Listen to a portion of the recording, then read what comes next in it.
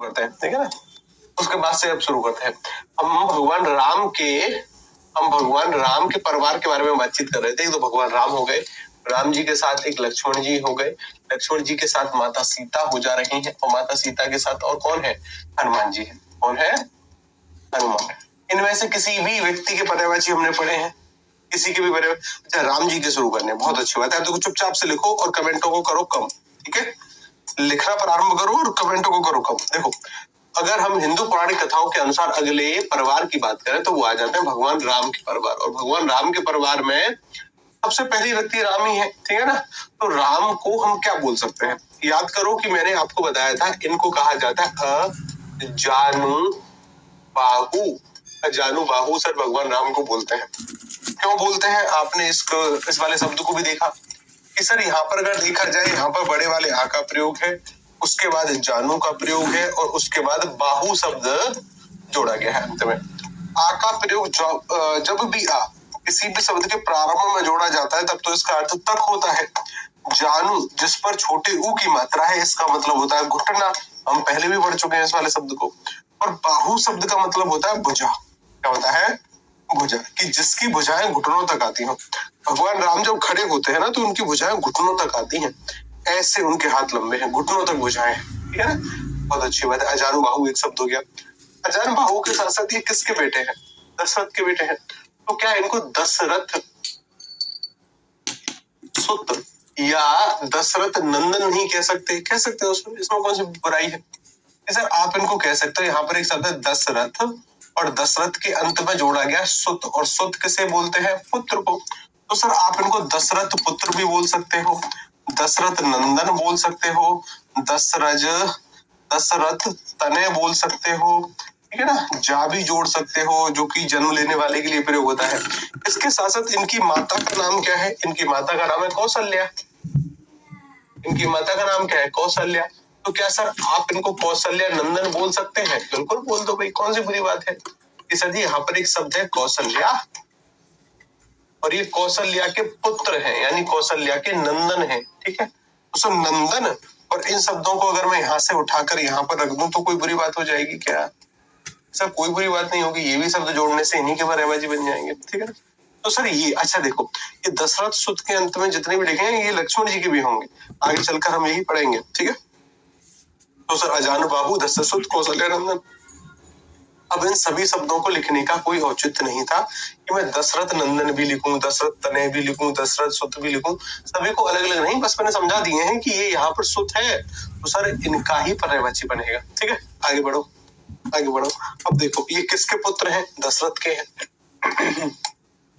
इनके लिए एक शब्द और प्रयोग होता है दासरथी, और बहुत ही प्यारा सा शब्द है। इस दासरथी शब्द को बनाया गया, यहाँ पर एक शब्द है गुरुजी दशरथ, और दशरथ के अंत में आ जोड़ा गया है, दशरथ आ। दशरथ का मतलब तो दशरथ है, और आ का मतलब होता है संतान, और संतान में भी पुत्र, जो दशरथ की संतान हो दासरथी कहे जाएंगे। इसके साथ साथ भगवान श्री राम को और क्या बोलते हैं? एक शब्द निकलता है कमल नयन, कमल नयन। और कमल नयन क्यों कहते हैं इनको?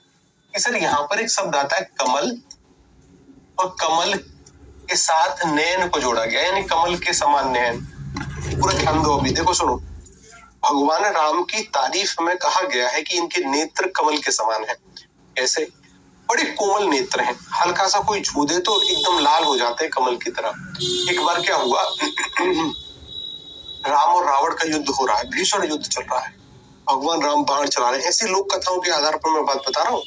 भगवान राम बाण चला रहे हैं, बाण चलाते हुए बाण रावण तक पहुंच ही नहीं रहे, कुछ प्रभाव ही नहीं पड़ रहा उस पर। तो चुपके से विभीषण जी आते हैं, कान में बोलते हैं कि प्रभु इस दुष्ट का वध ऐसे नहीं होगा, इसकी नाभि में अमृत कलश है, पहले अमृत को सुखाओ, ठीक है। तो अब नाभि पर बाण चलाने लगे। अब नाभि तक बाण पहुंच ही नहीं रहे, क्यों? एक और मत था। चुपके से विभीषण जी और आए, बोले कि प्रभु इसके नाभि के अमृत कलश की सुरक्षा स्वयं माता शक्ति कर रही है, माता दुर्गा कर रही है। अच्छा ठीक है। भगवान श्री राम पहले माता दुर्गा को प्रसन्न करने के लिए यज्ञ हवन करने लगे, और डेली कमल के फूल चढ़ा रहे हैं कि लो आप प्रसन्न हो जाओ। 9वें दिन क्या हुआ, राक्षसों को पता चला। अपने स्वभाव के अनुसार उन्होंने कार्य किया, और सारे के सारे जो कमल के फूल रखे थे उठाकर लेकर चले गए राक्षस। अब भगवान राम ने देखा कि पास में कोई कमल का फूल हो तो मैं चढ़ाऊं, कोई भी फूल नहीं, कोई भी फूल नहीं। अब बीच से उठे तो तपस्या भंग हो जाए, तपस्या भंग हो तो उस राक्षस का वध ना हो। तब उन्हें याद आया कि बचपन में एक बार उनकी माताजी ने कहा था उनसे कि लाला, तेरे नेत्र इतने ज्यादा कोमल हैं कि हल्का सा कोई छू लेना तो वो एकदम कमल के समान लाल हो जाते हैं, कमल के समान लाल हो जाते हैं। तो उन्हें पता चल गया कि अरे, कमल के समान लाल हो जाते हैं तो इसका तो मतलब यही है कि 2 कमल के फूल अभी भी मेरे पास हैं। तो जैसे ही बाढ़ से निकालने वाले थे आंख, माता दुर्गा प्रकट होती हैं और बोलती हैं कि प्रभु, अब मैं अपना स्थान परिवर्तित कर रही हूँ। तब जाकर उस दुष्ट का वध हो पाया। ठीक है ना, ऐसी कथाएं हैं। ठीक है ना, क्या है, केवल कथाएं, और कथाओं के आधार पर हम पर्यायवाची पढ़ रहे हैं, जो कि इम्पोर्टेंट है थोड़े बहुत। ठीक, अच्छा, तो कमल नयन, पूरे हिंदू पौराणिक कथाओं में 2 व्यक्ति ऐसे हैं जिनकी आंखों की तारीफ देखने को मिलती है।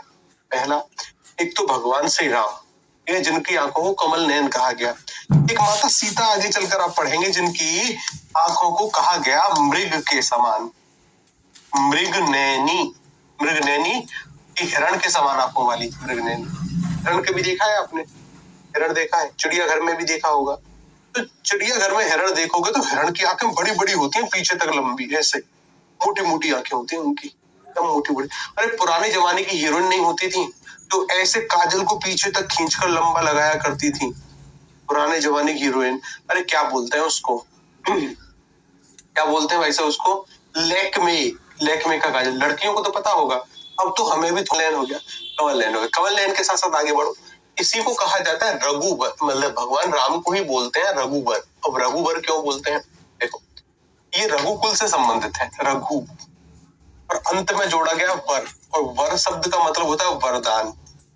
इस सारे रघुकुल के वरदान है। जैसे महिलाएं बोलती है ना कि हमें वर चाहिए, वर चाहिए मतलब वरदान चाहिए, कोई ऐसा वरदान दो जिससे हमें पति की प्राप्ति हो, वर चाहिए। वर का मतलब उनके लिए वरदान सही होता है। ठीक है ना, रघुवर यानी रघुकुल के वरदान है। इसके साथ साथ किसके पति हैं? सीता के पति हैं। ठीक है ना, तो सीतापति कहे जाते हैं कि सर आगे एक शब्द सीता और अंत में जोड़ा गया है पति, और पति शब्द का मतलब क्या है? रक्षक। ठीक है ना, ध्यान में रखना आगे से, रक्षक इसका मतलब है कि सीता की रक्षा करने वाले। महिलाएं पति क्यों खोजती हैं? क्योंकि उनकी कोई रक्षा करने वाला चाहिए। लेकिन आजकल रक्षा करने वाला ही ड्रम में पैक मिलता है, आजकल रक्षा करने वाला ही लड़कियों के साथ जाएगा घूमने मेघालय, और वहां पर जाएगा तो किसी न किसी खाई में पड़ा हुआ मिलेगा। ठीक है ना, एक था ना कपल जो कि शादी के बाद हनीमून पर कहाँ गया? मेघालय, और उसकी पत्नी ने पूछा, अजी सुनते हो? कि हाँ बोलो ना। मारा धक्का, जाओ खाई की गहराई नाप कर आओ, कितनी गहरी है खाई। वो बेचारा खाई की गहराई नाप रहा है ऐसे। ये ना, तो सीता की जो रक्षा करने वाले हैं सीतापति हो गए।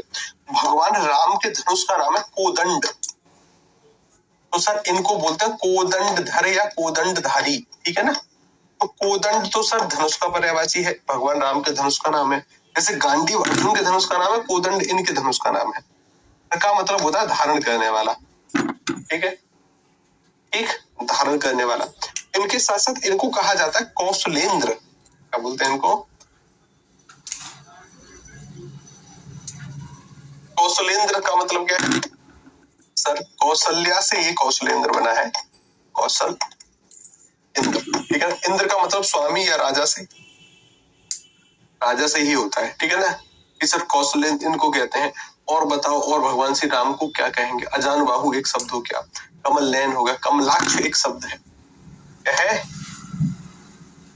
कमलाक्ष। और कमलाक्ष से मतलब क्या है? जिसकी आंखें कमल के समान, और कमल भी कैसा? सफेद कमल, और सफेद कमल को कहते हैं पुंडरीक, नीले कमल को कहते हैं इंदिवर। है ना, तो इनको बोलते हैं पुंडरीक काक्ष। ठीक है, क्या बोलते हैं इनको? पुंडरी काक्ष। पुंडरी काक्ष एक शब्द हो गया। और क्या बोलेंगे सर? ये और तो रघुकुल बोल दो, रघुवर बोल दो, या राम बोल दो, बहुत सारे शब्द चलते हैं। लेकिन आपने इनके पर एक शब्द यूपी पुलिस ने पूछा, जानकी बल्लभ। क्या पूछा? जानकी बल्लभ। और जानकी बल्लभ शब्द का मतलब क्या है सर? यहाँ पर एक शब्द तो है जानकी, जिसको आप जानते हैं, और बल्लभ शब्द का मतलब क्या है? बल्लभ शब्द का मतलब है स्वामी। क्या है? स्वामी या प्राणनाथ या पति। ठीक है ना, जो जानकी यानी माता सीता के जो पति हो। ठीक, हाँ, ठीक है ना? ठीक, डन, आगे बढ़ो। हमारे विजय दास महंत जी बोल रहे हैं, गुरुजी नीलम्ब भुज भी बोलते हैं, बिल्कुल बोलते हैं, ठीक है ना? राघव बहुत अच्छा शब्द है, राघव। राघव ये अक्सर परीक्षा का सवाल है। राघव कहे जाते हैं और राघव के दो मतलब होते हैं, ठीक है ना? राघव, राघव का एक मतलब रघुकुल परंपरा से लक्ष्मण जी भी हैं और ये भी है, राघव भी इनको बोलते हैं, ठीक है? राघव के साथ साथ राजीव एक इम्पोर्टेंट शब्द है। कैसा शब्द है? राजीव। इस राजीव शब्द को लेकर राजीव का प्रयोग कमल भी करता है, कमल का ही पर्यायवाची और कमल के समान नेत्र है ना इनके, तो उनको भी राजीव बोलते हैं, यानी भगवान राम को भी राजीव कहा जाता है। ठीक, इसको बोलते हैं राजीव। बहुत अच्छी बात है, राघव बोल दिया, बहुत हो गए, ठीक है, बहुत हो गए। अब इनके बाद आते हैं लक्ष्मण जी, और लक्ष्मण जी के तीन शब्द इंपोर्टेंट है बस, उसके अलावा और कोई शब्द हमने तो किसी परीक्षा में नहीं देखे। 3 शब्द आते हैं, इन 3 शब्दों पर गौर करना। इसके लक्ष्मण जी, अब देखो लक्ष्मण और है लक्ष्मण, अगले जो इनसे संबंध रखने वाले हैं वो है लक्ष्मण जी। लक्ष्मण, तो लक्ष्मण जी भी किसके बेटे हैं? दशरथ के। तो अगर मैं लिख दूं दशरथ नंदन, तो किसका पर्यायवाची बनेगा? इन्हीं का। दशरथ नंदन में सर मैंने यहाँ पर लिख दिया दशरथ, और दशरथ के साथ जोड़ा है नंदन। अब नंदन के अंत में चाहे तो मैं पुत्र जोड़ दूं, या तनय जोड़ दूं, या सुत जोड़ दूं, या आत्मज जोड़ दूं, या केवल जा जोड़ दूं, ये सभी इनके ही पर्यायवाची बनेंगे। इसके साथ साथ अब इनकी माता कौशल्या नहीं है, भगवान राम की माता थी कौशल्या, इनकी माता है सुमित्रा, तो इन्हें सुमित्रा सुत या सुमित्रा नंदन कहते हैं।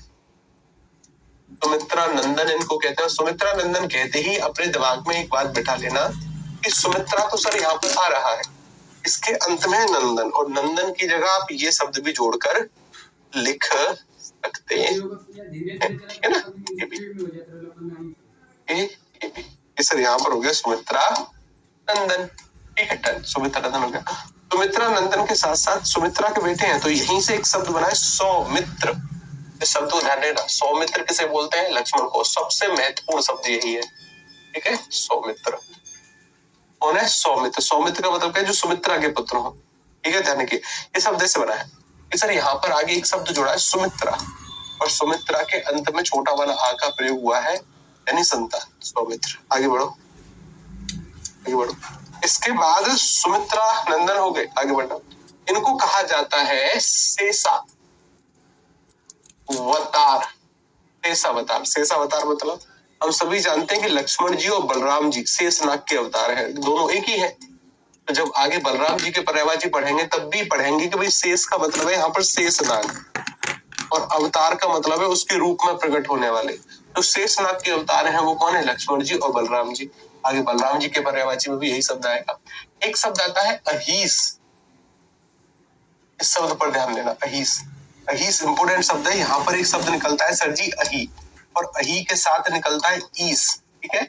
ईस के बारे में पढ़ा चुका हूँ, इसका मतलब राजा होता है, और अही का मतलब होता है सर्प। सर्प मतलब मेरा तन डोले मेरा मन डोले, नाग, और सर्प से यहाँ पर मतलब है शेषनाग, जो शेषनाग के राजा हो, मतलब जो सांपों के राजा हो, सांपों के राजा शेषनाग है, शेषनागी हैं ये, ठीक है ना। आगे बढ़ो। इनके लिए एक और पर्यायवाची आता है कामपाल। कामपाल किन्हें कहते हैं? बलराम जी को भी। किन्हें कहते हैं? बलराम जी को भी, ठीक है ना, जो काम करने में। अच्छा, कामपाल भगवान राम के लिए भी प्रयोग होता है। एक शब्द आता है रामानुज, कहता है राम, और रामानुज शब्द के पीछे का मतलब क्या है? देखो ये मतलब है रामानुज कि सर आगे तो एक शब्द है राम, और राम के अंत में जोड़ा गया है अनुज, और अनुज जो शब्द बना है ना, यहाँ पर एक शब्द है अनु, और अनु के अंत में जा जोड़ा गया, और जा का मतलब है जन्म लेने वाला, जन्म लेने वाला, और अनु का मतलब है पीछे। पीछे मतलब राम के पीछे जन्म लेने वाला। राम के पीछे जन्म लेने वाला कौन होगा? लक्ष्मण, यानी रामानुज, ठीक है ना। अनुज का मतलब छोटा भाई होता है, पीछे जन्म लेने वाला यानी छोटा भाई। तो मैंने इसको भी ब्रेक करके लिख दिया कि अनु यानी पीछे जन्म लेने वाला। राम का छोटा भाई कौन है? लक्ष्मण, ठीक है, ठीक, हाँ। लक्ष्मण की पत्नी जी का नाम क्या है? उत्तर बताओ। जैसे हमने भगवान राम के पर्यायवाची में एक शब्द लिखा है सीतापति, लक्ष्मण की पत्नी का नाम क्या है? लक्ष्मण की पत्नी का नाम उमा है कि उर्मिला है? क्या नाम है? उमा तो माता पार्वती को कहते हैं, इस वजह से भगवान शंकर को उमापति कहा जाता है। इनकी पत्नी का नाम है उर्मिला। क्या नाम है? उर्मिला। तो इनके लिए अच्छा एक शब्द है कि सर ये पर्वबाजी कब तक चलेगा? कल तक, और बस कल तक, ठीक है ना? कल तक हम हमारा लक्ष्य पूरा कर जाएंगे, ताकि जितने भी ये जो इम्पोर्टेंट शब्द है ना कि ये बस ये सिखाना लक्ष्य है। बाकी वो जो फाइल है ना उसके सभी शब्दों को आपको इस तरीके से पढ़ना है जैसे कि आप अखबार पढ़ रहे हैं। लास्ट में एक और क्लास और होगी जिसमें मैं उस पूरी फाइल को समझा रहा हूँ, ठीक है ना? हाँ, ये जो फाइल आई है शायद यहाँ पर है क्या? नहीं है यहाँ, देखो मैं देखता हूँ अगर वह फाइल अगर हमको मिल गई तो।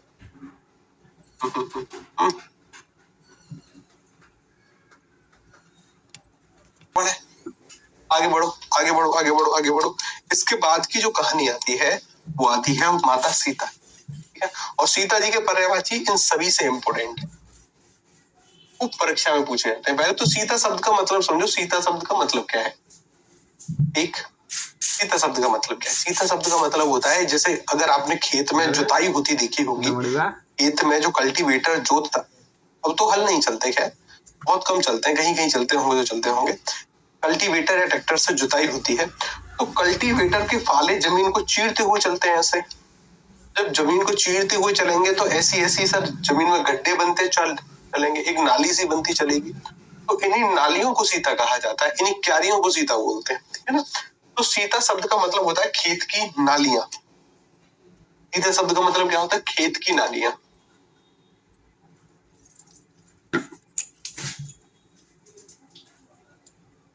क्या मतलब होता है? खेत की नालियां। क्या मतलब होता है इसका? खेत की नालियां, ठीक है? और उन्हीं खेत की नालियों में हल चलाने में दिक्कत हुई तो देखा तो वहां पर बक्से में माता सीता थी, ठीक है? ऐसी कुछ प्रावधान। तो माता सीता किसकी बेटी है? माता सीता, माता सीता है जनक की बेटी, तो इन्हें कहा जाता है जनक नंदिनी। क्या बोलते हैं इनको? जनक नंदिनी। और जनक नंदिनी कहने के पीछे का मतलब ये है कि सर यहाँ पर एक शब्द है जनक और जनक के साथ यहाँ जोड़ा गया है नंदिनी। और नंदिनी ही क्यों? नंदिनी के अलावा अगर पुत्री भी कहोगे तब भी ठीक है, तनया कहोगे तब भी ठीक है, सुता कहोगे तब भी ठीक है, या आत्मजा कहोगे तब भी ठीक है, या फिर बड़ा वाला जा जोड़ दोगे तब भी ठीक है ना? जो कि पुत्री के लिए ही प्रयोग होता है। इसके लिए प्रयोग होता है पुत्री के लिए, कि नंदिनी, पुत्री, तनया, सुता, आत्मजा, जा, ठीक। और जनक का मतलब कौन है? जनक के मतलब है राजा। जनक के मतलब कौन है? राजा, ठीक। आगे बढ़ो। इसके अलावा की अगर हम बातचीत करें, जनक नंदिनी हो गया, ठीक है। जनक नंदिनी के साथ साथ इन्हें जानकी कहा जाता है। अब जानकी क्यों कहते हैं आप जानते होंगे। जानकी इस वजह से कहते हैं सर यहाँ पर एक शब्द है जनक, और जनक के अंत में बड़ा वाला आ जोड़ा गया है जिसका मतलब होता है सुता, मतलब पुत्री। इसका मतलब क्या है? पुत्री। और इस वाले शब्द को बता चुका हूं मैं, ठीक है ना? तो जनक की, अच्छा जानक लिख दिया है मैंने, जनक होते हैं, ठीक है? जो जनक की पुत्री हो, ठीक है? जो जनक की पुत्री है, ठीक है, जानकी हो गई। अब जानकी है, लेकिन एक और बात कि सर इनका जन्म पृथ्वी से हुआ है। पृथ्वी से हुआ है मतलब ये धरती की भी पुत्री है, खेत में बनी थी। तो सर यहाँ पर पृथ्वी का कोई भी पर्यायवाची लिख दो। जैसे मैंने यहाँ पर लिख दिया, जैसे भू। भू किसे कहते हैं? पृथ्वी को। इसके अंत में जा जोड़ दिया मैंने। जा जोड़ दिया मतलब देखो भू, इसके अंत में जा है। और सर जैसे भूमि की बेटी है ना, तो अंत में कोई भी शब्द जोड़ सकते हो आप, कि भू नंदिनी, भू पुत्री, भू तनया, भू सुता, ये सभी इन्हीं के पर्यायवाची हैं। तो अलग अलग सभी को लिखने की जरूरत नहीं है। हाँ, अच्छा, तो सर जो भूमि की बेटी हो, जा का मतलब जन्म लेने वाली। आगे बढ़ो, एक स्टेप और आगे चले। एक स्टेप यहां तक लिखा सभी ने, यहां तक लिखा सभी ने, यहां तक लिखा सभी ने, यहां तक लिखा सभी ने। वैसे वो क्या है ना कि स्टूडियो में पेंट सा हुआ, और वो पेंट ना एक अजीब सा होता है जो कि आंखों में चुभ रहा है। तो आंखों में चुभ रहा है तो आंसू आ रहे हैं, पता नहीं क्यों। और हमारे कंप्यूटर जी सुबह से हमको चिढ़ा रहे हैं कि गुरुजी बताओ किसकी याद आ रही है आपको, क्योंकि आंखों से आंसू आ रहे हैं और ये मजे वाली स्थिति में। अच्छा, अभी आप कंप्यूटर जी को नहीं जानते ना, जान जाओगे कुछ समय के बाद। ये यहाँ पर एक महोदय बैठे हुए हैं जिनके द्वारा आपकी क्लास लाइव होती है, नोट्स वोट्स यही डालते हैं आपके, तो इनसे बनाकर रखना, नोट्स बिल्कुल टाइम पर आ जाएंगे। इनका नाम है कंप्यूटर महोदय, जो कि आपकी क्लास को लाइव करते हैं। एक आगे बढ़े, आगे बढ़ते हैं। देखो पूजा, अब जैसे भू, अगर मैंने सर भू की जगह उर्वी लिख दिया तो उर्वी तो पृथ्वी को ही कहते हैं, उर्वी लिख दिया तो अगर मैं लिख दूं उर्वीजा यानी पृथ्वी से जन्म लेने वाला, ठीक है ना। पृथ्वी को सर कु बोलते हैं तो मैं अगर लिख दूं पूजा, पृथ्वी को मैदनी बोलते हैं तो मैदनी सुता लिख दूं मैं, मैदनी सुता या मैदनी जा, जो आप लिखें, ठीक है ना, अच्छी बात है।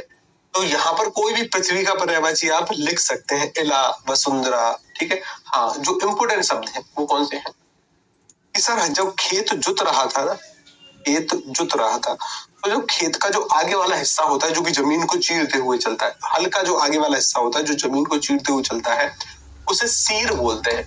तो उसी सीर से इनका जन्म हुआ ऐसा माना जाता है, तो इनको सीर कहते हैं। माता सीता को क्या बोलते हैं? सीर। अभी अभी कुछ और भी पढ़ के आए क्या कि सर इनकी आंखें हिरण के समान है। हिरण के समान है मतलब इनको बोलते हैं मृग, मृग नयनी,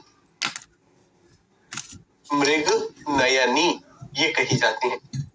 मृग नयनी, मृग नयनी मतलब जिनके नेत्र मृग के समान हो, जिनके नेत्र किसके समान हो? मृग के समान हो। अच्छा, मृग के समान है इस वजह से मृगाक्षी भी कही जाती है। क्या कही जाती है? मृगाक्षी। मृगाक्षी क्यों?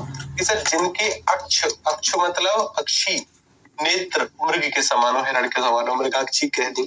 मृगाक्षी के साथ साथ किसकी पत्नी है? राम की। तो सर ये कही जाती है राम की प्रिया,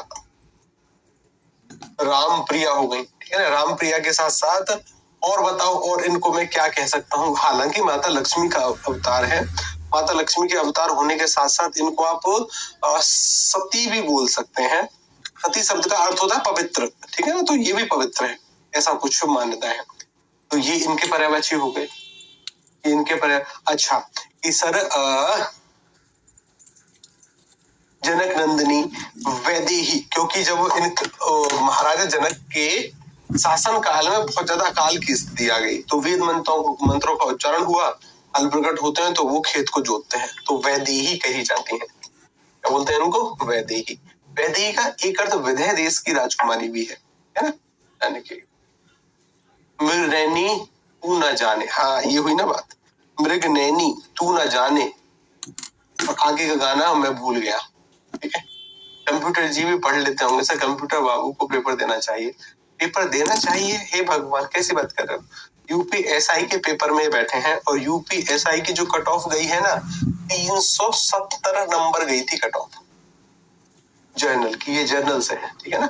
400 में से 370 अगर आपके नंबर हैं तब आपका प्री क्वालिफाई होगा। इनके आंसर की के हिसाब से 374 सही थे, 374। तो सोचो नॉर्मलाइजेशन में कितने अंक बढ़े होंगे। ये यूपीएसआई बनने वाले हैं, क्यों? क्योंकि डेली कम से कम इनकी 8-9 घंटे की जॉब होती है, और 8-9 घंटे अभी तो जैसे मैं हिंदी पढ़ा रहा हूँ, धीरे धीरे बारी बारी से सर आते हैं, तो कभी कोई साइंस पढ़ाकर चला गया, कभी कोई मैथ पढ़ाकर चला गया, कभी कोई रीजनिंग पढ़ाकर चला गया, कभी कोई हिस्ट्री, तो सब यहाँ पर बैठे बैठे ना पढ़ते रहते हैं। ये बस जो भी आएगा